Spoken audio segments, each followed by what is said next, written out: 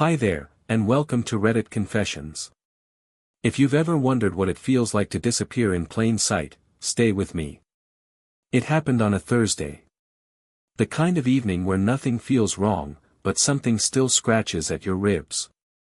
I had the table reserved, the wine already ordered, and even the little candle flickering between us like it wanted to help. And then she laughed. Not at me. Not with me.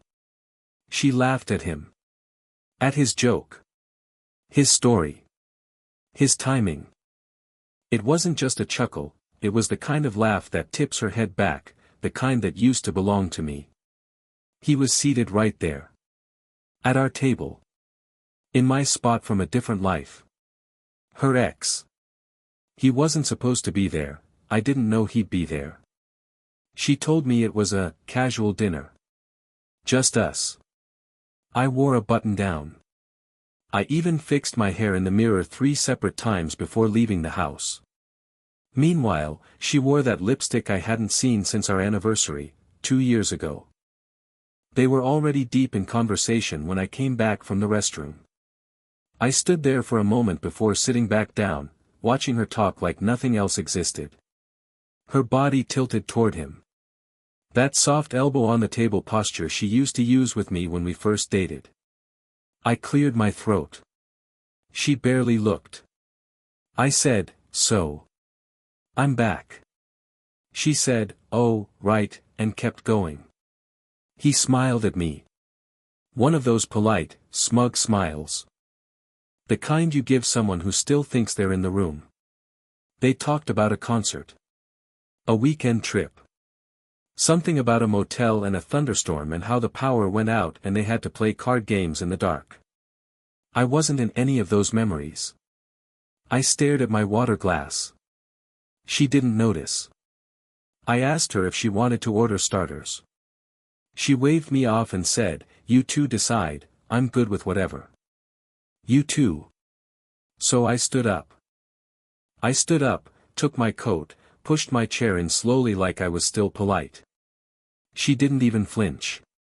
I walked past the bar, past the host, out into the night where my breath looked like smoke and my chest felt like it might split open. I waited. For a message. For a call. For her to notice I was gone. For anything. Nothing. And as I sat in my car, still watching the restaurant from across the street like some forgotten shadow, the only thing I could think was. She didn't even notice. I was already gone long before I left. I didn't sleep that night. Not even a little. The ceiling of our bedroom never felt so high, like it was trying to distance itself from me. I lay there fully dressed, shoes still on, the fabric of my shirt wrinkled from sitting in the car for hours. My phone screen glowed beside me, no texts, no missed calls, not even one of those pointless, "Where are you?" messages that used to come when I was 5 minutes late to dinner. And the strange part was, I didn't feel rage. Not really. I felt like someone had misplaced me. Like I had been erased gently, not violently. Around 3 a.m. I walked into the kitchen and stared at the fridge. There was a note on it from her, old, probably 2 days ago, reminding me to buy oat milk. It felt absurd. Like the version of her who needed oat milk and the version who laughed with her ex across a candlelit table weren't even the same person. Maybe they weren't. Maybe I just hadn't been paying attention. Or maybe I'd been trying too hard not to. When she came home the next morning, it was like nothing had happened. She dropped her purse on the table, took off her shoes like she always did, and muttered something about traffic. I stood in the hallway, waiting, expecting her to ask where I went, why I left, if I was okay. She didn't. She asked if we had any coffee left. I said no. She nodded and walked into the shower. I could hear her humming. She hummed. I wish I could tell you I confronted her. I wish I'd said something strong, something cool, something that would have made her freeze in place and finally look me in the eyes. But I didn't. Instead, I took out the trash and pretended the bin was heavier than it was, hoping she'd hear the door slam and feel something. But when I came back in, she was brushing her hair in the mirror, scrolling her phone, lips parted slightly like she was reading a meme. That night, I did something I'd never done before. I snooped. And not the innocent kind of snooping. I waited until she fell asleep, face down on her pillow, arm hanging off the bed like a scene from a movie. I unlocked her phone. She always used the same code, her late cat's birthday. I know, stupid. But I remembered it. There weren't any texts from Colby. Nothing recent anyway. But I dug deeper. Photos. Notes. Old voicemails. There was one from 3 weeks ago, just before our date night. Her voice. Soft. Younger somehow. Hey. I can't stop thinking about that night at the lake. You were right. It still feels like it could have been us. I felt something sharp behind my eyes. I wasn't even sure if it was jealousy. It was more like watching your own memory be replaced. A new version. One you didn't get to help build. One where you were just deleted. The next day, I left for work early. Didn't kiss her. Didn't say goodbye. She didn't text me all day. But at 6:42 p.m. she posted a photo on Instagram, a black and white shot of her coffee cup, captioned, "Peace tastes like silence." The comments were full of fire emojis and heart eyes. One of them was from Colby. He wrote, "You always did know how to disappear." She replied with a heart. That's when I knew.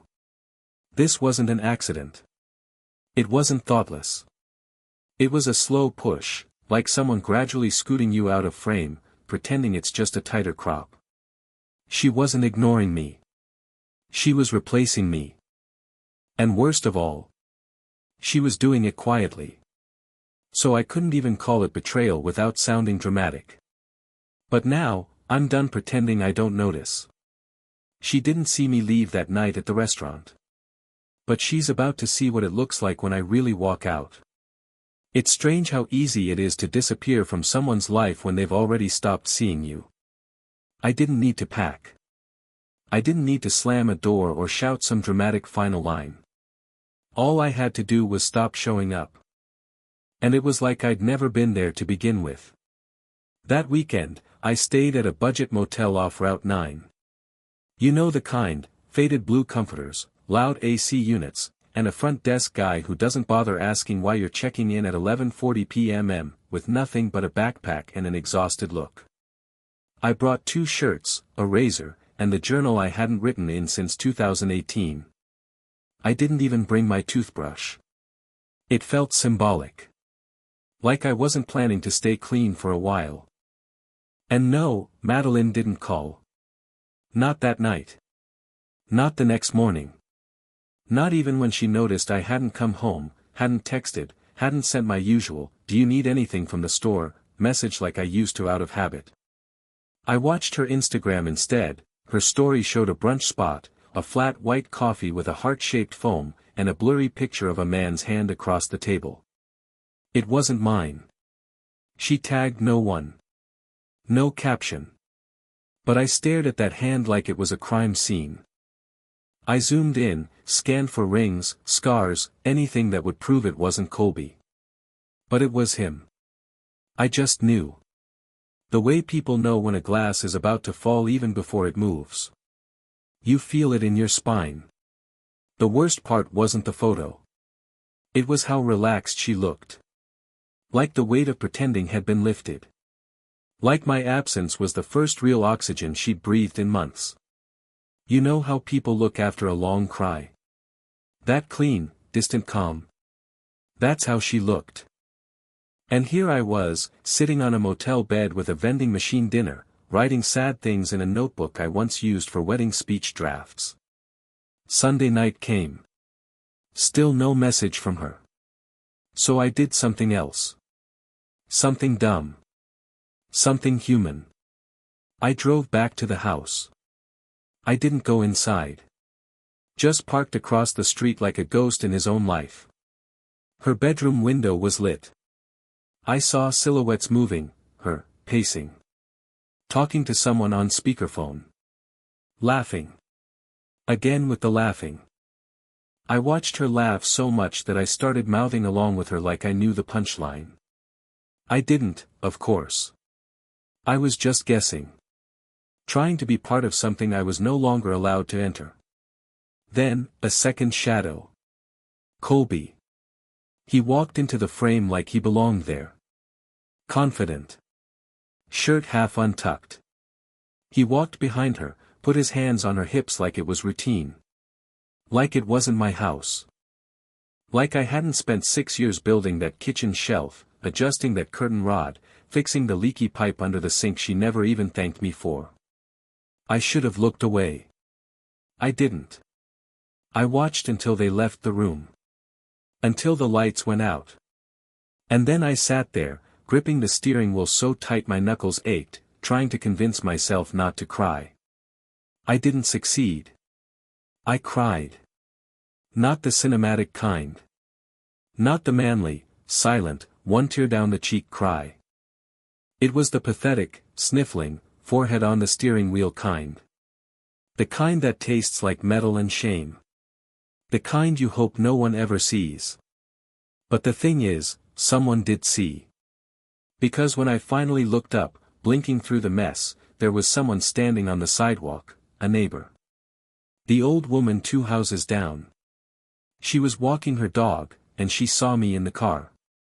Our eyes met. She didn't wave. She just nodded. Not a big nod.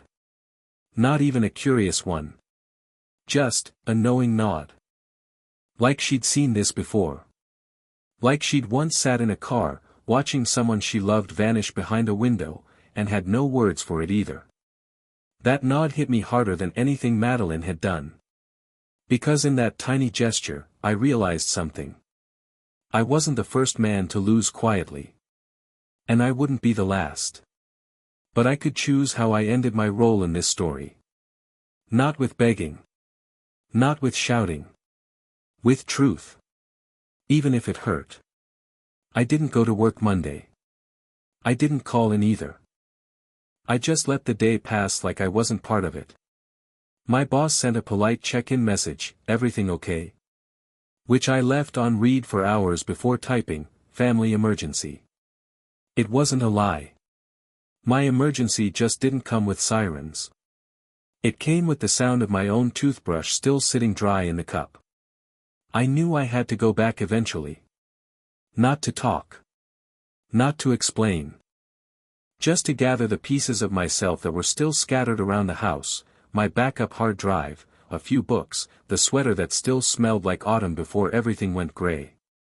When I pulled into the driveway, Colby's car was gone.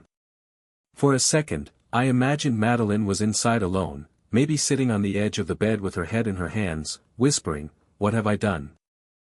But when I opened the front door, all I found was jazz music playing softly and a freshly watered orchid on the table. She had changed the throw pillows. Threw out my ugly brown blanket I always used on the couch. The one I spilled soup on last winter. I walked through the house like it was a museum of someone else's life. Everything was neater. Warmer. Brighter. The kind of place you take a new boyfriend to impress him with how put together you were after the divorce, except we hadn't even filed yet. I didn't call her name. I just went straight to the bedroom, grabbed a duffel bag from under the bed, and started folding what little of mine was left. A few t-shirts. 1 pair of jeans. My electric razor, still plugged in beside the mirror where her makeup bag now sat alone. There was a note stuck to it. In her handwriting. "Remember to charge, you always forget." That note was from a year ago. I left it where it was. But something pulled me toward her nightstand drawer. I knew I shouldn't. But I did. Inside was a photo, one of us. One I thought she'd thrown away. We were at the county fair, holding matching caramel apples. She was smiling. I looked like I'd won the lottery. There was a coffee stain on the corner of the photo like it had been left near her mug once. But here's the thing, behind that photo was another one. Her and Colby. More recent. Different setting. A pier at night, string lights above them. He was kissing her forehead. She had her eyes closed like she was breathing for the first time. I don't know why I took it. Maybe to prove to myself I wasn't crazy.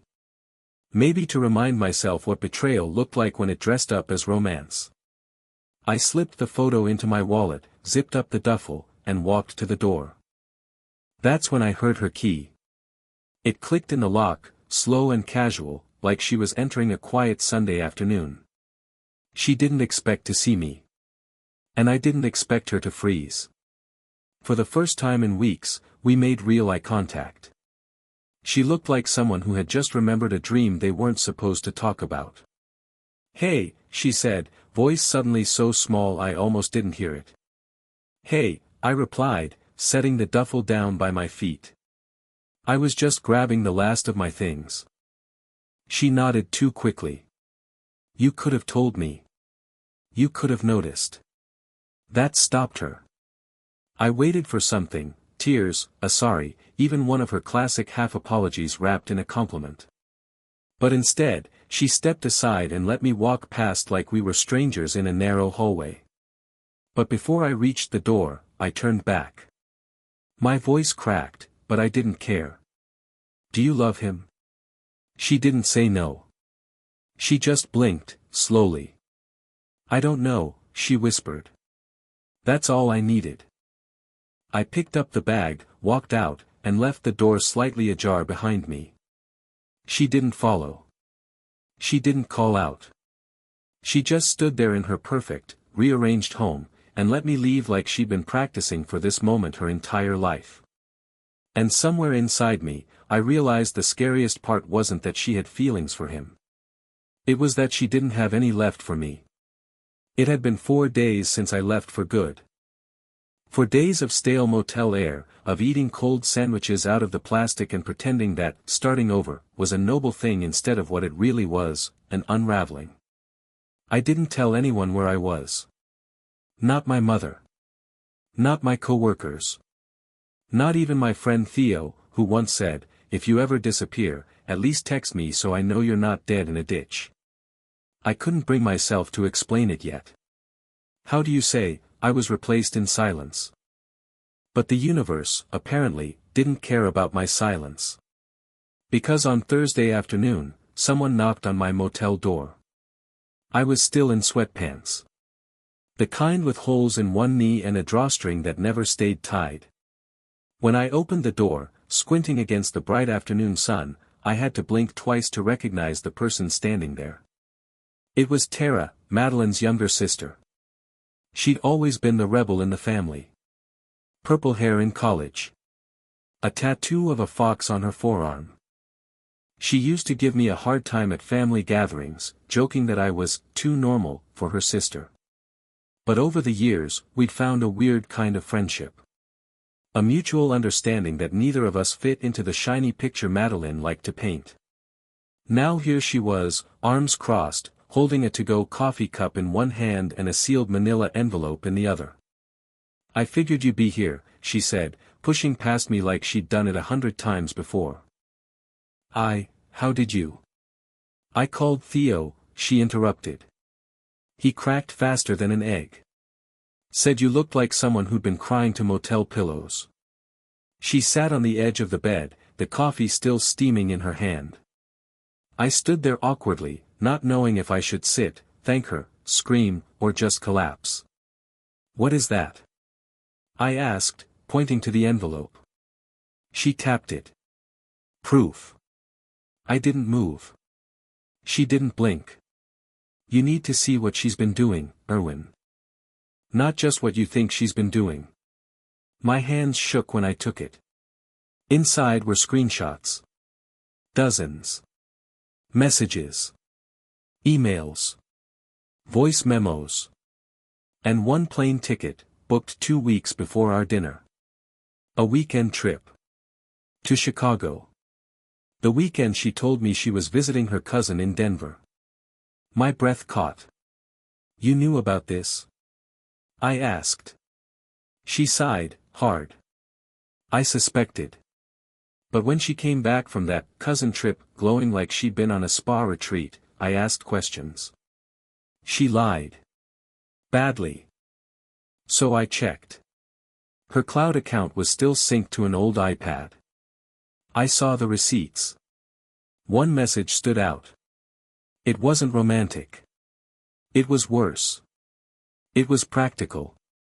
From Madeline to Colby. Let me handle the house stuff first. He's sensitive. I'll make it clean. I dropped the envelope. Tara didn't try to comfort me. She just sat there, watching me spiral like she'd expected it. Like she understood this kind of pain, not the sharp kind, but the slow, dissolving kind. The kind that eats your bones while you smile in front of people. She doesn't know I came here, she said softly. And I don't care if she finds out. You didn't deserve that. I wanted to respond, to say thank you, to cry, or to scream. But all I did was nod, because I knew if I opened my mouth, I'd start sobbing like a child. That night, I sat on the floor with everything she gave me, spread across the motel carpet like puzzle pieces from a life that was never real. One thing was clear, Madeline hadn't just drifted away. She planned my exit. She packaged it neatly, managed it like a project. I wasn't just her husband. I was an obstacle to clear. And that realization hit harder than her silence ever did. She didn't break my heart. She quietly deleted me from hers. I didn't sleep that night. Again.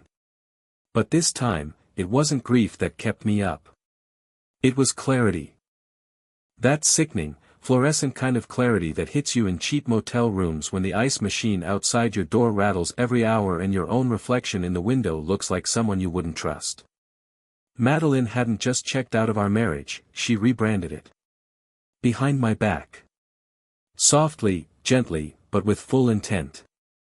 She didn't fight, didn't cheat in the scandalous, movie scene way. No lipstick on collars. No secret hotel keys. Just controlled transitions. Texts like, he's fragile, and, just a bit longer. A carefully planned extraction of me from the life we built together. It wasn't betrayal. It was management. That word stuck with me the next morning, echoing while I sat in a diner booth at 7:45 a.m., nursing a cup of coffee that tasted like burnt rain. I scrolled through the photos again, the flight itinerary, the blurred kiss outside that Chicago jazz bar, the email confirming a consultation with a real estate agent I'd never heard of. The agent wasn't just someone she looked up randomly. She had met with them. They toured the house while I was at work 2 weeks ago. She was planning to sell our home. Without me. So I did the only thing I could. Something that didn't look like revenge, but was built from the same bricks. I made an appointment. With the real estate agent. I didn't yell. I didn't threaten. I simply walked into the office, clean-shaven and painfully polite, and said, "Hi, I'm Irwin. I believe my wife's been in touch about selling our house. I'd like to make sure she's not misrepresenting ownership. It's a joint deed." The agent blinked, nervous. She said she assumed everything was agreed upon. "It's not," I said calmly, folding my hands. I showed her the deed. My name. My signature. Equal rights. She nodded slowly. "We can pause the process, of course. Until this is resolved." "No," I replied. "Let's not pause it. Let's flip it." She blinked again. "I want to list it," I said. "Today. Under my terms. You can tell her that I'm the one moving on. I want it priced to sell, immediately. I'm done paying for the life she wants to live without me." It felt cold. And for a second, I hated myself. But then I remembered the photo. The text. "He's sensitive. I'll make it clean." No. She didn't get to make it clean. I left the office and drove straight to the house. I didn't knock. She was home. I heard music from the kitchen, something soft, lazy. The same playlist she used to put on when she cleaned on Sundays. When I stepped inside, she turned and her face did that thing where it tried to decide whether to smile or freeze. "You can't just walk in here," she said, folding her arms. "It's still my address," I replied. I walked straight to the coffee table and dropped the listing paperwork. She glanced down. Her lips parted. "You're listing the house?" "Yes." "You don't have the right to. It's a joint deed. Remember?" She stared at me like I'd slapped her. But it wasn't anger. It was fear, the kind that creeps in when a person realizes the game they were controlling just changed its rules. "You've always been dramatic," she muttered, picking up the papers. "No," I said. "I've always been quiet. There's a difference." She set the papers down and stepped closer, her voice dropping into something halfway between calm and condescending. "What are you trying to prove, Irwin? That you're suddenly bold? This doesn't suit you. You're not the guy who throws punches." I looked at her, really looked. She had that tired arrogance, the kind people wear when they're used to being smarter than everyone else in the room. But for the first time, I didn't feel smaller. I just felt done. "I'm not throwing punches," I said. "I'm just finally letting go of the gloves you've been stuffing down my throat." She didn't answer. So I turned and walked out. That night, I posted the listing online myself, using the agent's draft. Photos of the living room I'd painted, the kitchen I'd tiled, the backyard I mowed every Saturday for years while she sat scrolling through travel blogs. It felt surreal. But also, fair. I didn't leave her a message. I didn't send a spiteful email. She'd know by morning. I wasn't burning her life down. I was just making sure I wasn't the only one coughing in the smoke. The listing went live at 8:12 a.m. By 9:07, Madeline was calling me. Not texting. Not messaging. Calling. The woman who once told me, "Can you just text instead?" My brain is fried, was now calling me 3 times in a row. I let it ring. Let her sit in that rising panic a bit longer. I didn't need to punish her, I just wanted her to feel what I'd felt every time I sat in a room with her and slowly disappeared. By noon, she showed up at the motel. Not knocking like Tara had. Not pacing nervously. She walked in like she still had keys to my life, not just the house. "What the hell are you doing?" she asked. No hello. No warmth. Just fire, fury, and disbelief, like I had ruined her life. "I'm selling the house," I said plainly, not looking up from my laptop. "It's a nice listing. Your flowers in the backyard really pop on the photos. You don't get to do that." "Joint deed," I said again. "Remember? You were hoping I'd just crumble. Fade out quietly. Sell my share after you softened me with some fake apologies." "I never," she stopped herself.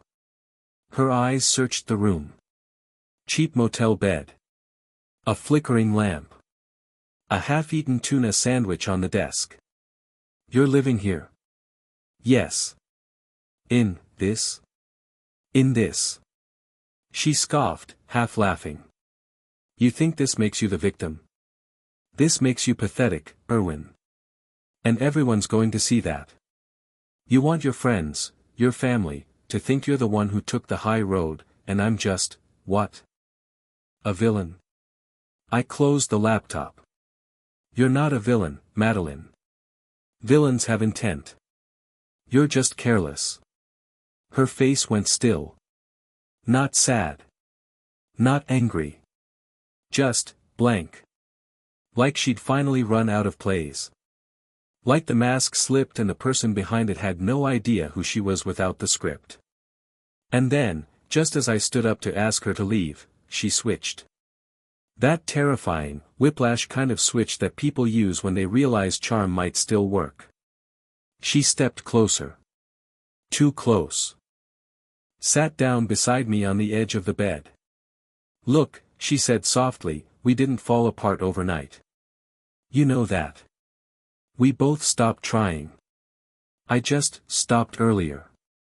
And maybe I didn't handle it perfectly, but that doesn't mean we have to destroy everything we've built. I stared at her. You already did. No, she said, reaching for my hand. I messed up. Yes. But we can fix this. We don't need to nuke the house or blow up our lives to make a point. I know you, Irwin. You don't want war. You want peace. You want someone to say, I see you. So I'm saying it. I see you. I'm here. Let's just breathe. Together. It was like watching a magician flip a card, only I already knew the trick. You're only here because I didn't collapse, I whispered. That's not true. You didn't miss me. You missed control. The mask slipped again. Her jaw tightened. She pulled her hand away. So this is who you are now? Some cold, smug version of yourself? No, I said. This is who I was before I twisted myself into someone you could tolerate. Her eyes narrowed. You'll regret this, she said, standing. You think you're strong now, but when the dust settles and you're still alone, you'll be begging for what we had. I stood too. Calmly. We didn't have anything, Madeline. I was just holding the memory while you moved on. She didn't respond. Just stormed out, slamming the door behind her so hard the walls rattled. But here's the part she didn't expect. 2 hours later, I got a message. Not from her. From Colby. It read. You should know, she's not being honest with either of us. I think we need to talk. Colby's message sat on my screen like a lit match. For 5 full minutes, I didn't touch it. Just stared. My heart was pounding in that slow, heavy way, the kind of beat that tells you you're about to learn something you can't unlearn. I didn't want drama. I didn't want more lies. But I also couldn't look away. So I replied, where and when? We met at a small bar near the river. Not the kind of place where things fall apart, the kind where things quietly get admitted. He looked rougher than I remembered. Older, more tired. Like whatever illusion Madeline had wrapped him in was already unraveling. She told me you two were separating, he started. Said it was mutual. Said you were staying in the house, until things were finalized. I believed her. I nodded. I didn't blame him. Not entirely. She told me you were unwell. That you were clinging to the past. That you'd been emotionally distant for years. I sipped my water. Did you believe that too? He hesitated. At first. And then he pulled out his phone. Showed me screenshots. Not of her cheating. Not of dirty texts. But of plans. Emails with a financial advisor. Madeline asking how to quietly shift funds. Transfer titles. Cancel shared insurance. All while smiling at me across our dinner table, asking if I liked the new lamp in the living room. She's methodical, he muttered. Cold, even. I didn't see it until she started doing it to me. I raised an eyebrow. Already? He nodded. She's been messaging someone else. Some guy in New York. I saw the messages. She's lining him up like she lined me up after you. I don't think she knows how to be alone. She just trades the leash. I didn't gloat. I didn't feel victorious. I just felt done. I stood, shook his hand, and thanked him, not for betraying me, but for finally confirming what I had been too scared to fully believe. It was never about me. She would have broken anyone who loved her quietly. And I was just first in line. The next week, the house sold. Faster than expected. Clean deal. No drama. She sent one text when the payment cleared: "You'll regret giving up something so beautiful." I didn't answer. Instead, I moved into a small apartment across town. No flashy views. No fancy decor. Just a couch, a desk, and a window that got the afternoon sun. And one Saturday afternoon, I pulled out a box from the closet, one I hadn't opened in years. It was full of things I had buried during the marriage. Paintbrushes. A dusty set of headphones. A half-written novel on a flash drive. That night, I wrote again. Not about her. About me. About a man who learned that sometimes the most loving thing you can do for yourself is walk away before someone makes you forget who you are. And maybe I am sensitive. But maybe that's my strength. Because I'd rather feel deeply and hurt honestly than live in a relationship built on gaslight and cold hands. This is my story. And I survived it. Thanks for staying with me through this whole story. If anything here reminded you of something in your own life, a moment you felt invisible, or a time you finally stood up, I'd love to hear it. Drop your thoughts in the comments, especially that one moment that shocked you the most. What would you have done in Irwin's shoes? And don't forget to subscribe for more real, raw stories, only here on Reddit Confessions.